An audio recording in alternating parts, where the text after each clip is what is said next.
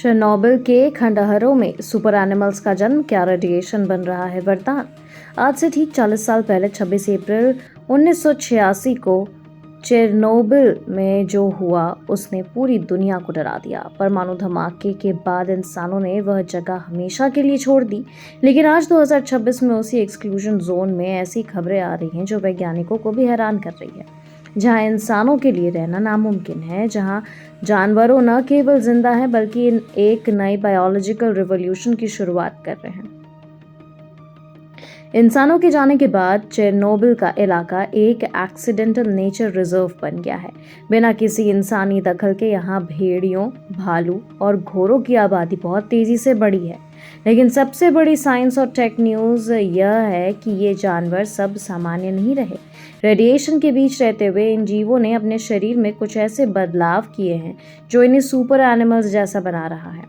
हालिया रिसर्च में पाया गया कि चेरनोबिल की झीलों में रहने वाले मेंढक का रंग बदल गया है। आमतौर पर हर दिखने वाले ये मेंढक अब गहरे काले हो गए हैं। वैज्ञानिकों का मानना है कि यह मेलानिन की वजह से है। जैसे हमारी स्किन सूरज की रोशनी से बचने के लिए डार्क हो जाती है, वैसे ही मेंढकों ने रेडिएशन के असर को कम करने के लिए खुद को काला कर लिया है, ताकि एक तरह का नेचुरल प्रोटेक्शन शील्ड है ये।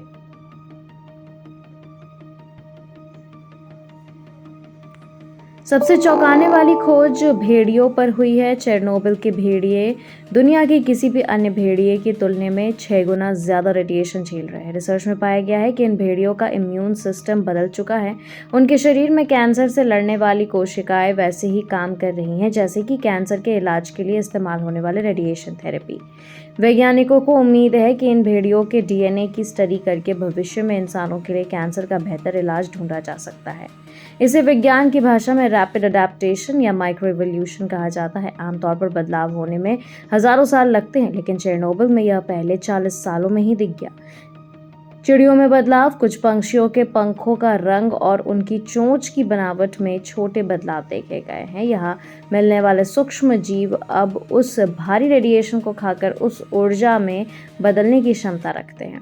भले ही जानवर फल फूल रहे हैं, लेकिन सब कुछ ठीक नहीं है। 2026 की ताज़ा रिपोर्ट बताती है कि इस इलाके में बढ़ते सैन्य तनाव और ड्रोन्स की वजह से जंगलों में आग लग रही है। जब ये पुरानी रेडियो एक्टिव पेड़ जलते हैं तो हवा में जहरीला धुआं फैलता है जो इन जानवरों के फेफड़ों को नुकसान पहुंचा रहा है।